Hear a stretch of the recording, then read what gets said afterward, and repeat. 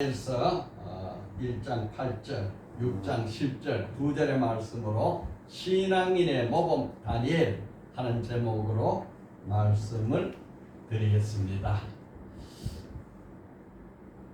이스라엘은 하나님이 택하신 백성, 그래서 선민이라 그럽니다. 하나님이 이스라엘을 얼마나 사랑하셨는지 눈동자같이 사랑한다. 내 부부와 같이 사랑한다. 내 자식처럼 사랑한다. 하나님이 이스라엘 사랑은 표현할 길이 없어요. 그럼에도 불구하고 그들은 하나님과의 맺은 언약을 버리고 우상을 섬기면서 영적으로 음행하고 백성들이 음란과 방탕으로 하나님의 징계를 받을 수밖에 없었습니다. 미워서 그런 게 아니고 돌아오게 하기 위해서. 하나님은 사랑하시는 자에게 징계도 하시고 심판도 하십니다. 급기야 하나님께서 바벨론 느부갓네살 왕을 통해서 유다 왕국을 침입하게 하고 예루살렘을 완전히 포위했습니다. 이것이 주전 605년에 있었던 일인데, 이때 유다 왕국의 왕은 여호야긴 18대 왕입니다. 유다 나라는 20대 왕이 있었는데 바로 이제 멸망하기 얼마 남지 않은 18대 왕 여호야긴 왕 때인데, 이때 예루살렘을 완전히 포위해서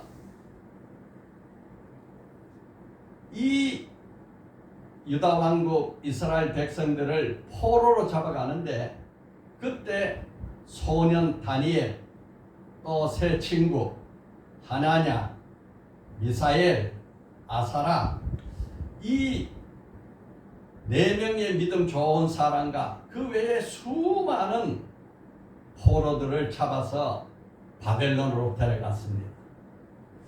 이 느부갓네살 왕이 전 세계 당시 제국의 33개 나라를 이렇게 복속을 시켰는데, 그 나라들을 식민 정책을 세우는데 그 지배한 나라들을 바벨론화시키기 위해서 먼저 이름을 바꿨습니다. 우리도 그랬죠. 일제시대 때 창씨개명해서 우리나라 성을 없애고 이름을 바꿨지 않습니까? 바벨론의 느부갓네살 왕이 그렇게 했어요. 그래서 다니엘을 베드사살, 하냐나는 사드락, 미사엘은 메삭, 아사랴는 야베느고 이름을 다 바꿨습니다.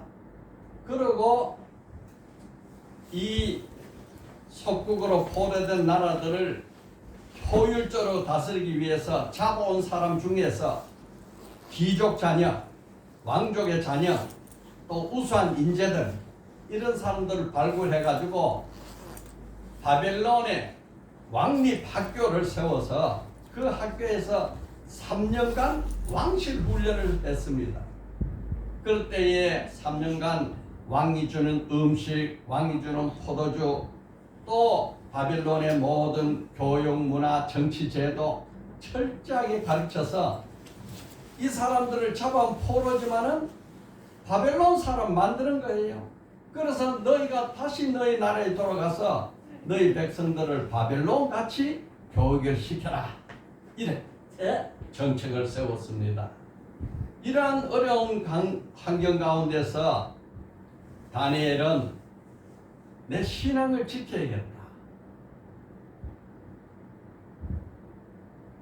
이렇게 순수 신앙을 지켜서 내 믿음이 세속화되지 아니하고 바벨론의 문화에 젖어들지 않고 오직 살아계신 하나님 여호와 하나님 한 분, 그분을 모시는 이 신앙으로 이 어려운 환경을 극복해야겠다. 이 다니엘의 마음은 참 뜨거웠습니다. 오늘 우리 예수 믿는 사람들은 마치 바벨론 같은 이 세상사를 말합니다. 그 세상사를 살아갈 때에 예수 믿는 사람은 하나님의 자녀로서 세상 사람들과 다른 삶을 사는 모습을 보여요. 다니엘이 그런 계획을 했습니다. 바벨론의 포로지만 나는 포로같이 살지 않겠다. 나는 하나님의 자녀답게 살겠다. 이렇게 마음의 결심을 하고 하나님이 이 다니엘에 얼마나 지혜를 줬는지 바벨론 왕뿐 아니라 바벨론이 망한 이후에 메데 파사 왕 시대 때까지도 유명한 정치인으로 재상에 자리를 했습니다. 여러분, 성경에는 많은 믿음의 선진들이 있어서 우리가 모범으로 따라가야 할 모델이 많지요. 노아는 이 타락한 이 세상에서 하나님과 눈이 맞았다. 그래서 노아는 하나님과 눈을 맞아서 오직 하나님만 바라보고 살아서 방주를 지었다가 그 가족이 구원받았죠. 아브라함은 이방인을 섬기는, 우상을 섬기는 이방인 땅에서 부름을 받아가지고 믿음으로 하나님의 말씀을 따라가면서 하나님의 나라를 사모고 살았죠. 그 아들 이삭은 사랑으로 순종으로 했죠. 야곱은 소망을 가지고 하나님 나라를 쟁취하려고 애를 썼죠. 요셉은 종으로 애굽에 팔려가서도 믿음을 지키고 그 애굽의 재상이 됐죠. 다윗, 모세, 여호수아 말할 수 없는 믿음의 모델들이 많이 있습니다. 그런데 오늘 특별히 다니엘, 신앙의 모범이 된 다니엘을 통해서 은혜를 나누고자 합니다. 제일 먼저 다니엘이 이렇게 포로로 잡혀갈 때에 우리의 모범이 된 것은 무엇이냐? 첫째 뭐라고 그랬어요? 다니엘은 뜻을 정하였다. 오늘 8절. 다니엘은 뜻을 정하여 왕의 음식과 그가 마시는 포도주로 자기를 더럽히지 아니하리라 하고 자기를 더럽히지 아니하도록 환관장에게 구했다. 포로로 잡혀가는 이 신세, 포로라는 것은 노예나 마찬가지예요. 인권이 없어요. 주인이 시키는 대로 해야 되는 거예요. 그럼에도 불구하고 다니엘은 나는 하나님 섬기는 자로 살겠다. 뜻을 정한 거예요. 뜻을. 세속하에 물들지 않겠다. 뜻을 정한 거예요. 이것이 다니엘이 위대한 믿음의 사람으로 만든 첫 번째 단서인 것입니다. 보통 사람 같으면 포로로 잡혀갔을지라도 왕립학교에서 공부를 하고 왕이 내려주는 음식을 먹으면 자랑스럽게 여기죠. 나는 그래도 바벨론 왕실 국립학교, 왕립학교에서 나는 공부를 했다. 3년이나 했다.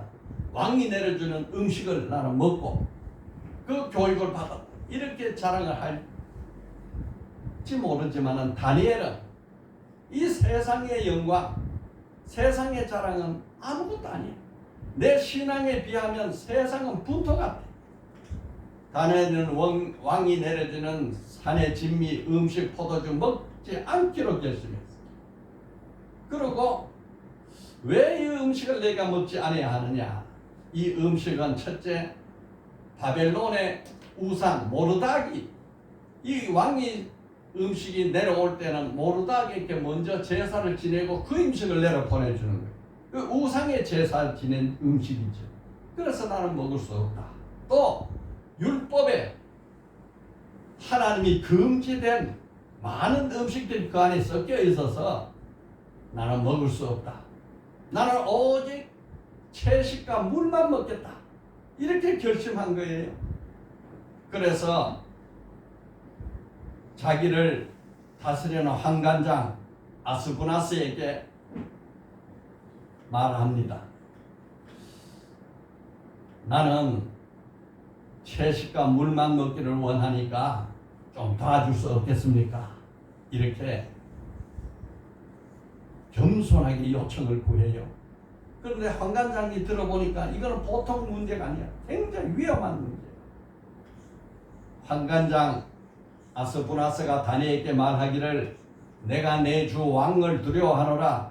내가 너의 먹을 것과 너의 마실 것을 왕이 지정하였는데 너의 얼굴이 초췌해지고 다른 또래 소년들만 못할 것 같으면 그 왕이 보고 무엇이라 하겠느냐.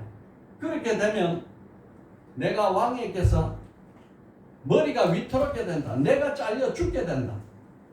그러니 이 부탁은 받을 수 없고 우리가 내려주는 음식을 먹어야 한다. 이렇게 다니엘에게 강요를 했는데 다니엘은 지혜를 짰어요. 그렇습니까?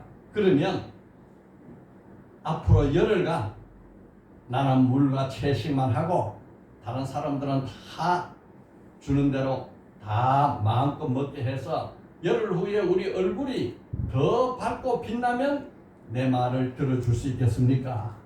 이렇게 해서 다니엘의 세 친구들은 음식 절제에 대해서 이렇게 간곡히 부탁을 하니까 하나님께서 환관장 아스고나스의 마음을 감동시켜가지고 좋다. 그러면 열흘 후에 우리가 한번 보자.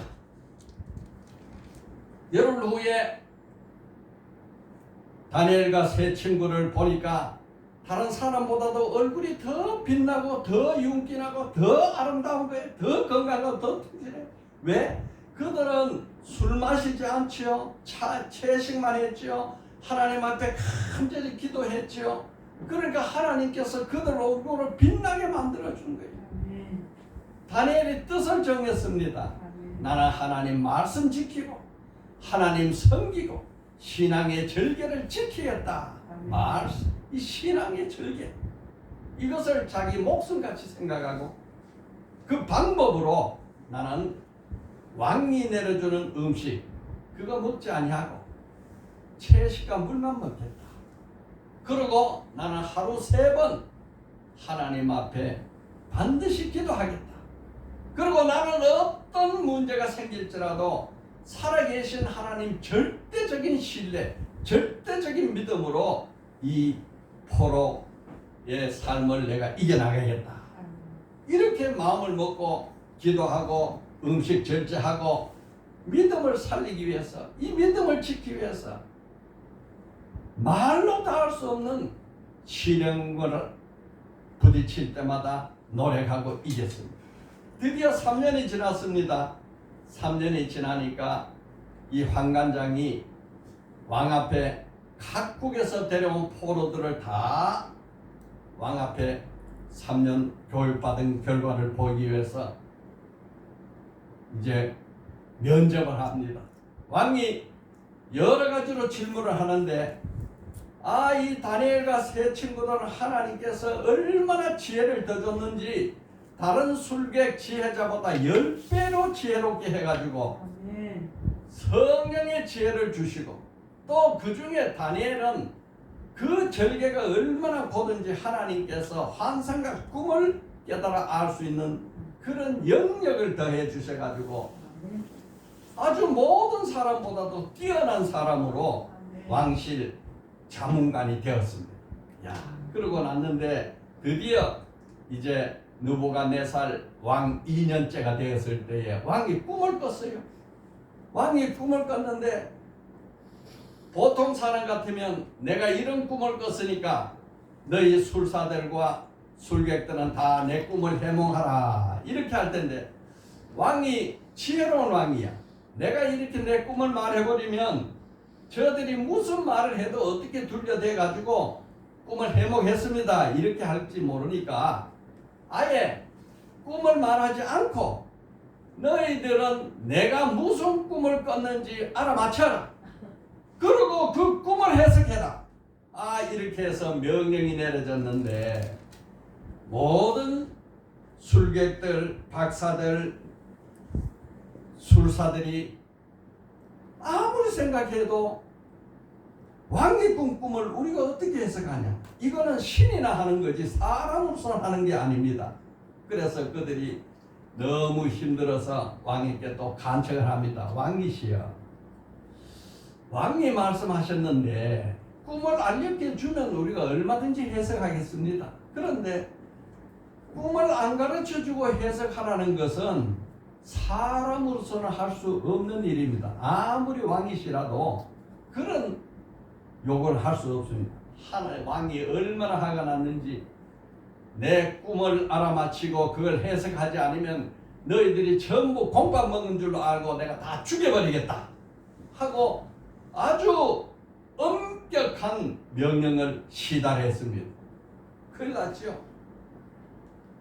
꿈을 어떻게 알아야 해석을 할 텐데 꿈을 안 가르치고 꿈을 알아맞히고 해석하라 하니 드디어 날짜가 다가왔는데 아무도 꿈을 해석 못해.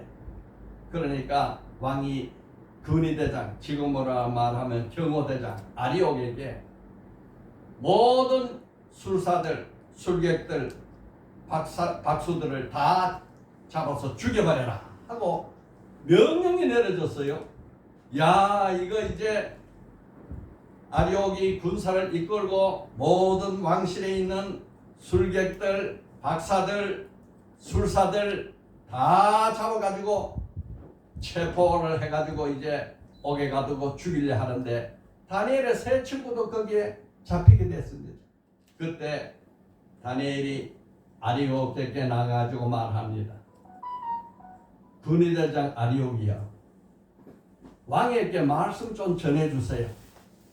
만약에 나에게 시간을 주면 내가 그 꿈도 알아맞히고 해석도 해드리겠나이다. 이렇게 하는 거예요. 그러니까 아리옥이 그 생사람 다 죽이는 것보다도 혹시 알아맞힐지 모르니까 내가 왕에게 말하겠다. 그래서 왕에게 가서 왕이시여, 이 유다 왕국에서 잡아온 이 다니엘이라는 베드사살이죠. 베드사살이라는 이 포로가 시간을 주면 왕에게 꿈도 말씀드리고 해석도 해주겠습니다.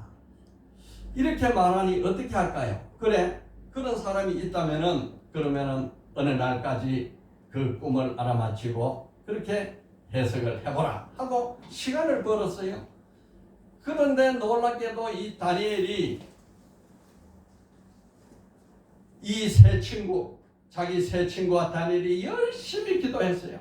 금식 기도하면서 부르짖었습니다. 하나님이여, 모든 세상의 은밀한 것은 다 하나님이 작정하셨사오니 하나님 아버지여, 그 꿈을 알려주시고 그 해석을 알려주셔서 하나님이 살아계시고 하나님이 이 역사를 주관하시고 인류 모든 역사를 주장하시는 하나님이 쓴 것을 알게 하여 주시옵소서 하고 하나님 앞에 간절히 합심기도했어요. 이 기도는 보통 혼자 하는 기도보다도 이렇게 다니엘과 세 친구 4명이 합심기도하는 것이 훨씬 더 유익한 것입니다. 드디어 하나님께서 다니엘에게 환상을 보여줬어요.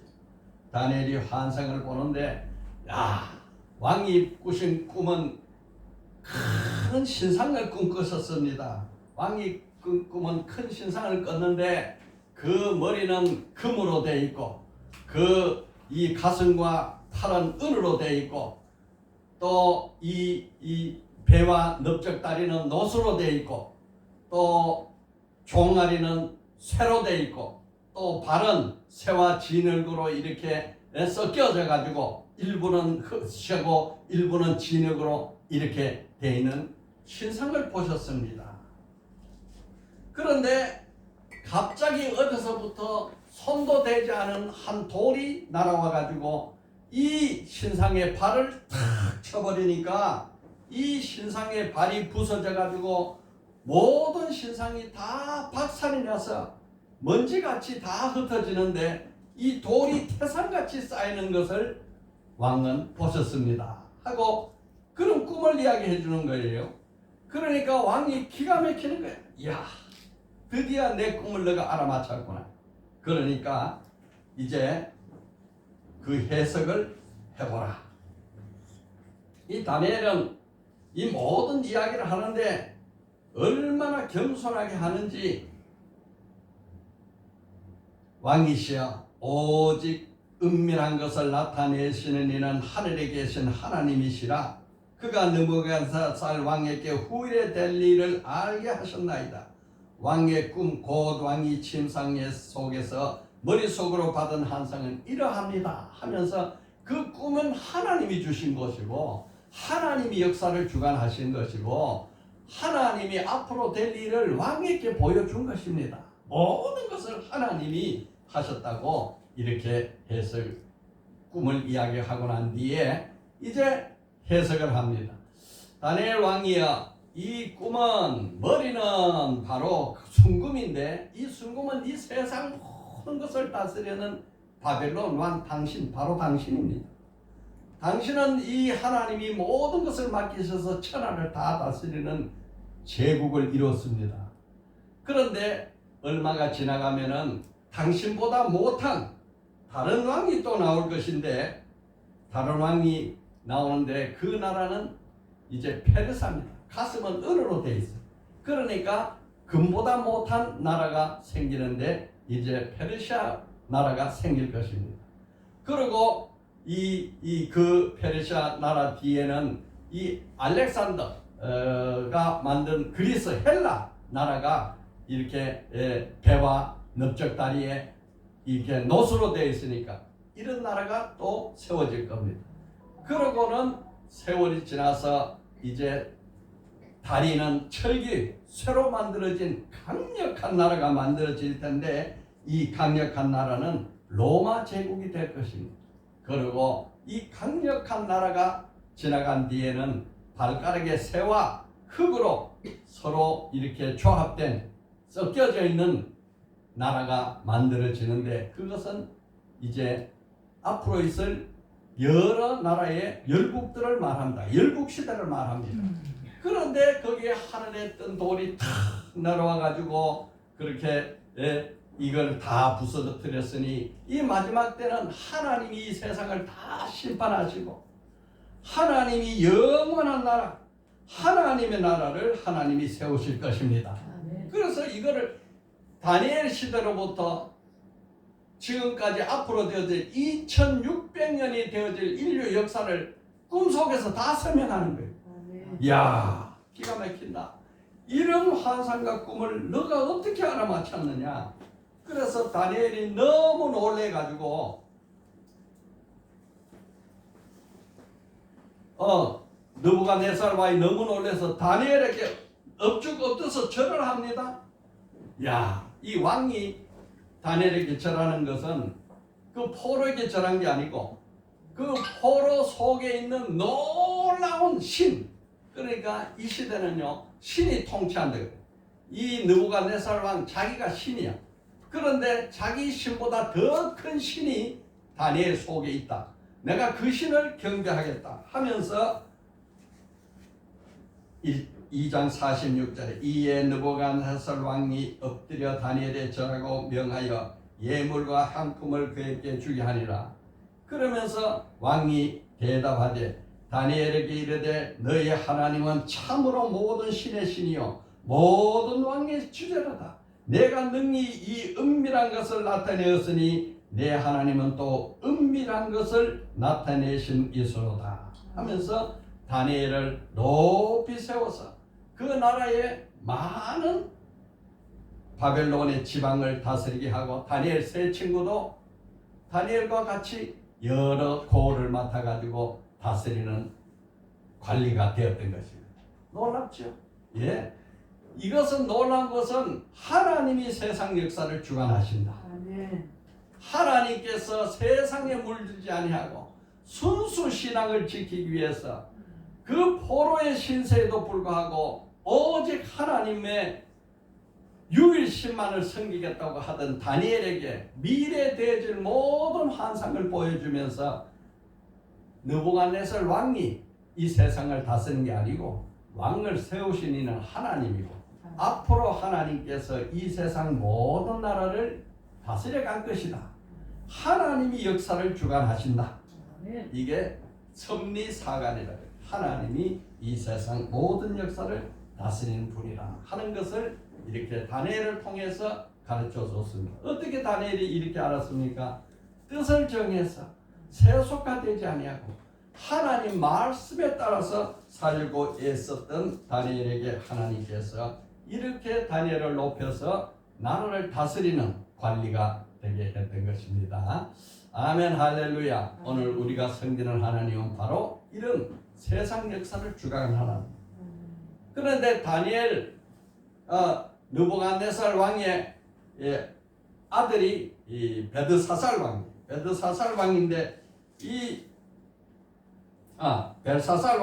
벨사살 왕이 무너지고 바빌론이 무너지면서 메대나라가 세워집니다. 메대나라 다리오 왕 시대. 그러니까 많은 세월이 흘러가지고 느부갓네살 왕이 지나가고 또 바벨론이 무너지고 또 새로운 왕국, 이제 두 번째 왕국 메데파사, 아까 말한 은으로 세워진 나라가 메데파사, 페르시아 나라 제국이 또 세워졌습니다.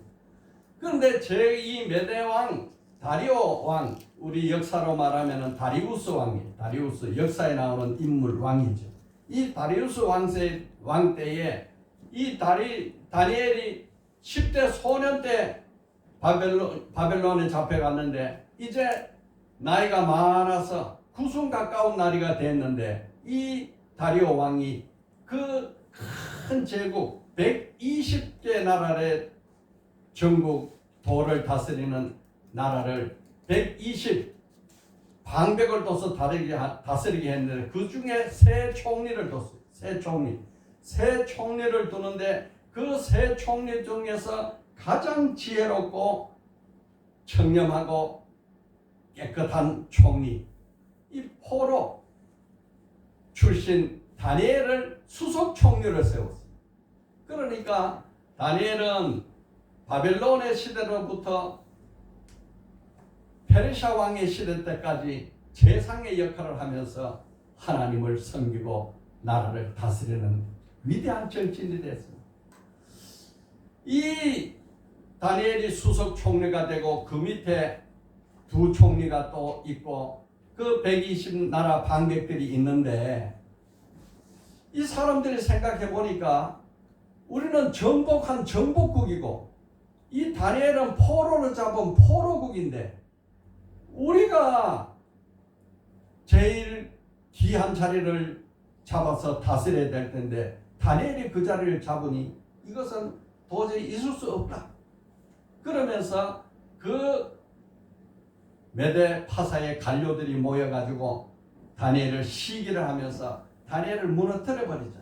다니엘을 저걸 넘어지게 하고 다니엘을 내어 쫓고 우리가 그 자리를 차지하자. 이렇게 모의를 하기 시작했습니다. 그래서 두 총리와 방백들이 모여가지고 다니엘서 6장 4절입니다. 이에 총리들과 고관들이 국사에 대하여 다니엘을 고발할 근거를 찾고자 하였으나 아무 근거 아무 허물도 찾지 못하였으니 이는 그가 충성되어 아무 그릇됨도 없고 아무 흠도 없었다. 다니엘이 이렇게 일평생 중요 요직을 거치면서 재상의 일을 하는데도 어떤 흠을 찾을 수가 없어요. 아무 근거도 없고 아무 허물도 없고 아무 그릇됨도 없어요. 그러니까 다니엘은 도덕적으로나 윤리적으로나 인간적으로나 사회적으로나 허물이 없는 사람이에요. 그러니 하나님을 섬긴 사람의 모습이 바로 이렇게 빛나는 자기 때문에 다리오 왕이 다니엘을 수석 총리로 세운 거지요. 여러분 오늘 우리도 이 세상 살 때 바로 이같이 세상 사람들에게 인정을 받아요. 예수 믿는 사람이 이것도 흠이고 저것도 흠이고 이렇게 변화가 없으면 하나님 앞에 불충이 되고 하나님에게 영광이 돌아가지 않는단 말이에요. 우리는 하나님의 영광을 위해서 하나님을 위해서 우리는 흠이 없어야 되고 부족이 없어야 되고 잘못됨이 없어야 되고 그릇됨이 없어야 되고 세상 사람들의 눈으로 봐도 저 사람 같은 사람은 없다 이렇게 인정을 받아야 될 것입니다. 그런데 이 사람들이 다니엘을 꼭 넘어뜨려야 되니까 다니엘을 넘어뜨리는 방법은 세상 법이나 도덕이나 이 윤리나 이런 걸로는 도저히 안 되니까 이제 우리가 이스라엘 율법 다니엘의 신앙을 근거해 가지고 이걸 넘어뜨리게 하자 이렇게 모의를 했어요. 그래서 그들이 모의를 하기를 6장 5절에 그들이 이르되 이 다니엘은 그 하나님의 율법에서 근거를 찾지 못하면 그걸 고발할 수 없으리라 하고 그들이 모여 가지고 연구를 했는데 다니엘을 고발하는 길은 뭐냐? 날마다 기도하고 하루 3번씩 기도를 하니까 저 기도를 이용해 가지고 함정을 파서 저 다니엘을 넘어뜨려 버리자. 이렇게 모의를 하고 어느 날 총리들과 공안들이 모여 가지고 왕에게 나가서 말을 합니다. 6절부터 보겠습니다. 이에 총리들과 고관들이 모여 왕에게 나가 그에게 말하되 다리오 왕이여 만세무강하옵소서.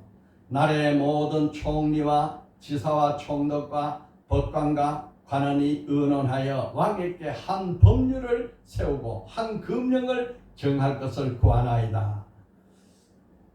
이렇게 해서 왕에게 이제 한 법을 정할 것을 원하는데 왕이시여 이것은 곧 이제부터 30일 동안 누구든지 왕 외에 어떤 신하나 사람에게 무엇을 고문하면 사자굴에 넣기로 한 법입니다.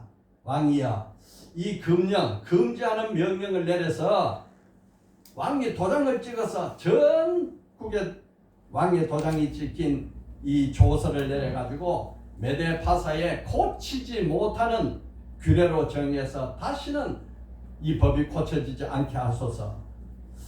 다리오 왕이 가만 생각해 보니까 왕이여 당신이 진짜 왕인데 신인데 다른 신에게 뭘 구한다는 것은 있을 수 없지 않습니까? 하고 다리오 왕을 이렇게 높여 가지고 그 마음의 자존심과 교만과 그 영웅심을 부추기니까 다리오가 가만 생각해 보니까 그거 괜찮거든요.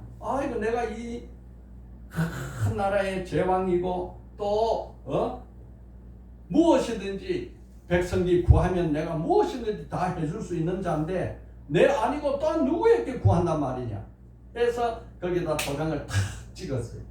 그러니까 다니엘이 이제는 기도하면은 사자굴에 들어갈 수밖에 없는 형편이 처해졌습니다. 10절입니다.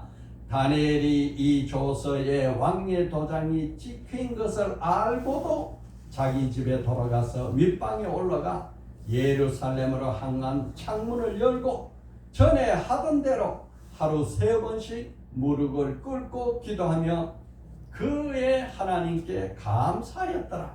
아멘. 야, 이 다니엘이 갈등을 했을 것 같아요. 갈등을 했는데 내가 지금 왕이 한 달 동안을 했지. 한 달 동안은 아무도 모르게 창문 닫아버리고 숨어서 기도하든지 아니면 길거리에 걸어가면서 기도하든지 이렇게 남에게 책 잡히지 않게 하는 게 좋지 않겠느냐 이렇게 생각할 수도 있는데 다니엘은 그래 하지 않았어요. 다니엘은 왕이 다른 데다가 기도하면 사자굴에 던져 넣겠다 하는 법이 선포된 것을 알고도 그 법이 선포되어서 지금 내가 사자굴에 들어갈 수밖에 없는 처지에 놓이게 된다 하는 것을 알고도 전에 하던 대로 아멘. 예루살렘을 향해서 창문을 열고 아멘. 하루 3번씩 감사 기도를 드렸다. 아멘. 보통이 아니죠. 옛날 하던 습관대로 10대 때부터 하루 3번씩 기도했는데 내가 어떻게 이 기도를 이 법 때문에 중단할 수 있겠는가? 내가 하나님이 계시는 저 예루살렘을 향해서 날마다 창문을 열고 기도했는데 이 세상 왕이 기도를 금하는 기도 금지령이 내렸다 해서 내가 이 창문을 닫고 살아계신 하나님께 숨기고 기도할 수 있겠느냐? 하루 3번씩 기도했는데 사람 보지 못하도록 내가 길가에 가면서 밤에 잘 때 이렇게 기도해도 되겠느냐? 나는 그전 하던 대로 창문을 열고 하루 3번씩 하나님께 감사기도 하리라. 그대로 한 그대로. 여러분 성경은 말합니다. 믿음은 들음에서 나고 능력은 기도에서부터 온다. 믿음은 들음에서 나고 모든 권능은 기도로부터 오는 것입니다. 이렇게 해서 다니엘이 옛날 하던 그대로 기도를 하기 시작했어요. 그랬더니 이 법을 만든 사람들이 다니엘의 행동을 주시하면서 보지 않겠어요? 보면서 저 사람이 이제 반드시 기도하면 잡힐 것이고 기도 안 하는지 보자 이렇게 했는데 드디어 다니엘이 그대로 기도하는 거야. 그러니까 그들이 왕에게 말하여 이르기를 왕이여 사로잡혀온 유대 왕 중에 다니엘이 왕과 왕의 도장에 찍힌 금령을 존중하지 아니하고 하루 3번씩 기도하나이다. 고발했어. 왕에게 고발했어. 왕이 그때서야 이게 다니엘을 잡으려는 음모였구나, 함정이었구나. 그때 알은 거예요. 자기를 높이려는 법이 아니고 다니엘을 넘어지게 하려는 함정이었구나 하는 것을 그때서야 알고 왕이 어떻게 하면 다니엘을 살릴 수 없을까? 다니엘을 어떻게 사자굴에 안 넣고 다른 방법은 없을까? 이것은 변치 않는 금령으로 왕이 도장을 찍어가지고 선포를 했는데 어떻게 살릴 길이 없을까? 이거 하루 종일 고민을 하는 거예요. 14절에 왕이 이 말을 듣고 그로 말미암아 심히 금세하여 다니엘을 구원하려고 마음을 쓰고 그를 건져내려고 힘을 다하다가 해가 질 때 일어났다. 해가 질 때까지 왕이 그렇게 애를 썼는데 방법이 없어요. 그러고 있는데 또 고발한 무리들이 와가지고 왕이시여 왕께 말하되 왕이여 메대와 파사의 규례를 아시거니와 왕께서 세운 금령 법도는 고치지 못하는 것입니다.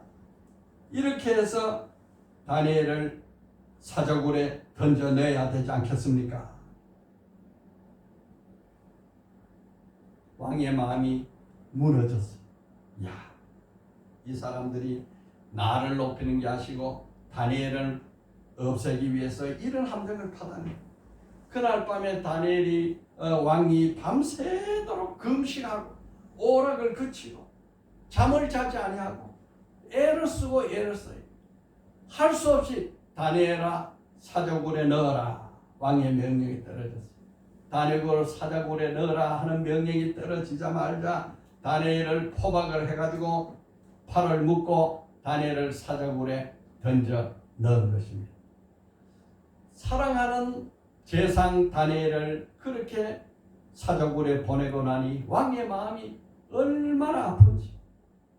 금식 먹지도 아니하고 오락도 하지 아니하고 잠도 자지 아니하고 끙끙대면서 안타까워했어요.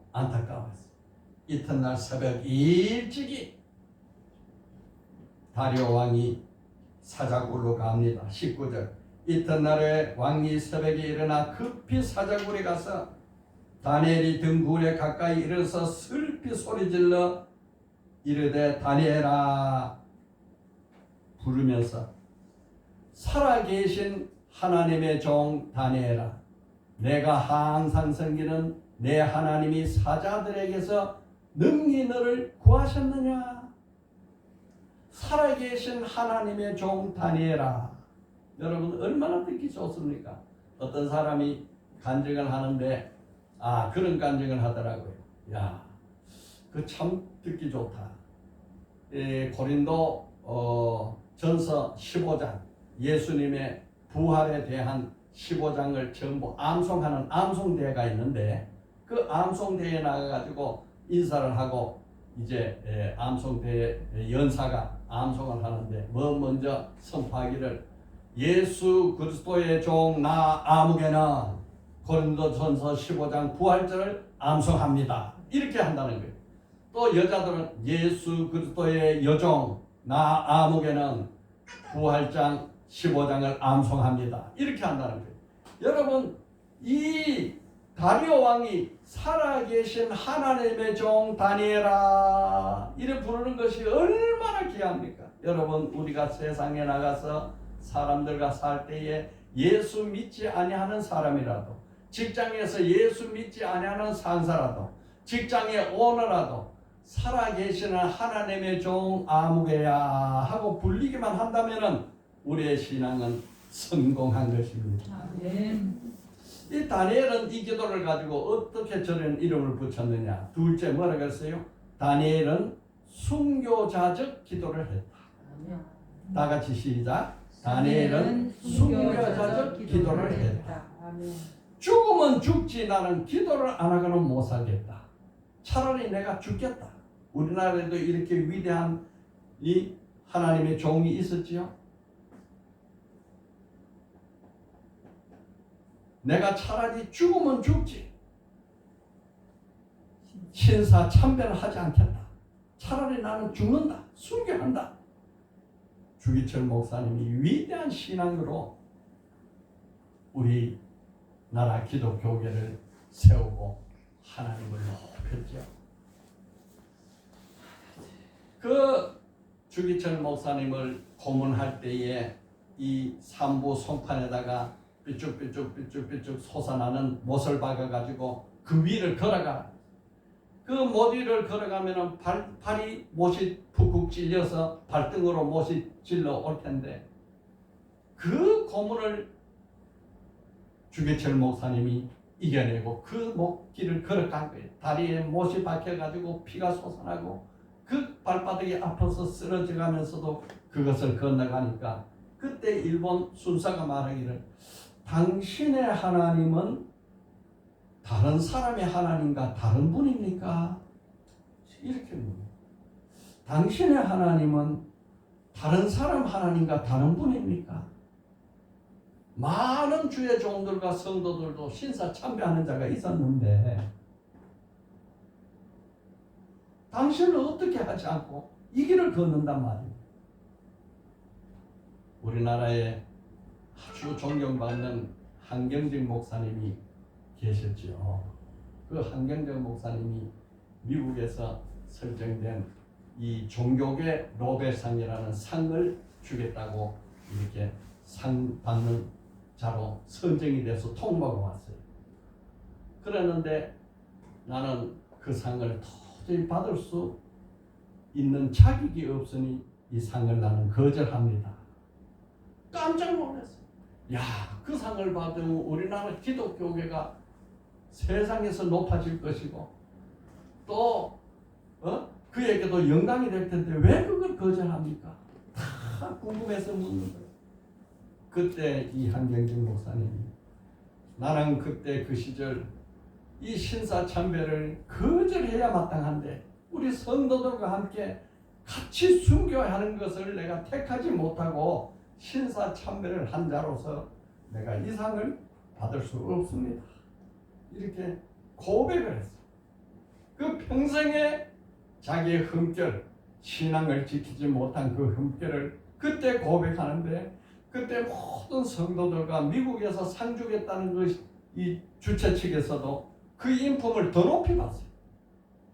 그러면서 그가 내가 하나님 앞에 이 죄가 있었는데 이것을 내가 용서받기를 원합니다 하고 만인 앞에 공개 사죄하고 회개하는 유명한 일화가 우리에게 전해집니다. 이 다니엘은 내가 차라리 사자굴에 들어가서 죽겠다. 그러나 나는 기도는 해야 된다. 이렇게 했는데 다리오 왕이 다니엘에게 살아계신 하나님의 종 다니엘아, 내가 항상 섬기는 내 하나님이 사자굴에서 너를 능히 구원하였느냐? 얼마나 다리오 왕이 다니엘을 아꼈으면 새벽에 잠도 안 자고 금식해가면서 그 사자굴에 찾아가 가지고 그렇게 다니엘의 이름을 부르면서 이야기를 했죠. 그랬더니 다니엘이 말하기를 왕이여 왕은 만수무강하옵소서. 나의 하나님이 이미 그 천사를 보내어 사자들의 입을 봉하셨으므로 사자들이 나를 상하게 하지 못하였사오니 이는 나의 무자함이 그 앞에 명백하며 또 왕이여 나는 왕에게도 해를 끼치지 아니하였나이다. 아멘.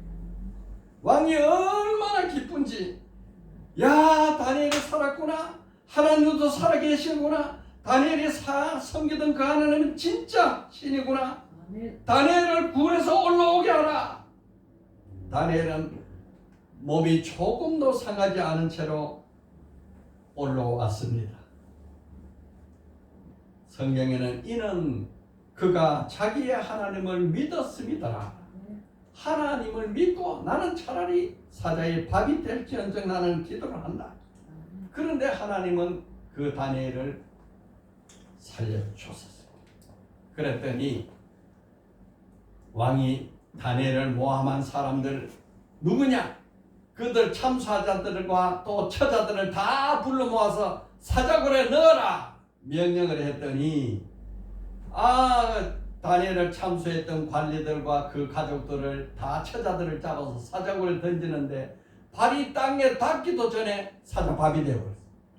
이야, 놀라운 하나님의 이 역사하심에 살아계신 하나님을 보고 다리오 왕이 조서를 내려서 온 천하 만국에 살아계신 하나님을 선포합니다. 마치 느부갓네살 왕이 살아계신 하나님을 선포하듯이 또 선포해요. 느부갓네살 왕이 다니엘에게 절을 하면서 너 안에 있는 하나님이 진짜 하나님이다. 그분이 유일하신 신이다. 이렇게 하면서 선포했는데 이제 다리오 왕이 또 그와 같이 선포합니다. 내가 이제 조서를 내리노라. 내 나라 관할 아래 있는 사람들은 다 다니엘의 하나님 앞에 떨며 두려워할지니 그는 살아계신 하나님이시요 영원히 변하지 않으실 이시며 그의 나라는 멸망하지 않을 하실 것이요 그의 권세는 무궁할 것이며 그는 구원도 하시며 건지기도 하시며 하늘에서든지 땅에서든지 이적과 기사를 행하시는 이로써 다니엘을 구원하여 사자의 입에서 벗어나게 하셨음이라 하였더라. 아멘. 이렇게 해서 다니엘은 살아나고 하나님은 영광을 받고 아멘. 이 다리오 왕 시대에 다니엘이 형통한 자가 되어서 그 나라를 다스렸던 것입니다. 여러분, 우리는 섬기는 하나님은 살아계신 하나님입니다. 우리 하나님이 우리에게 이와 같이 역사하시는 것입니다. 자, 오늘 말씀 첫째 뭘 했어요? 다니엘은 뜻을 정하였다. 세속화 되지 않겠다. 여러분, 우리 오늘 다니엘과 같이 뜻을 정해서 나는 세속화 되지 않겠다. 둘째, 다니엘은 뭘 했어요? 다니엘은 순교자적인 기도를 했다. 기도로 승리한다. 나는 기도하면 기도했지 죽으면 죽지 기도는 한다. 이런 각오로 우리가 승리하는 자 되기를 바랍니다. 한 줄 기도합니다. 시작. 나를 하여금 이 시대에 다니엘 같은 믿음의 사람이 되게 하소서. 아멘.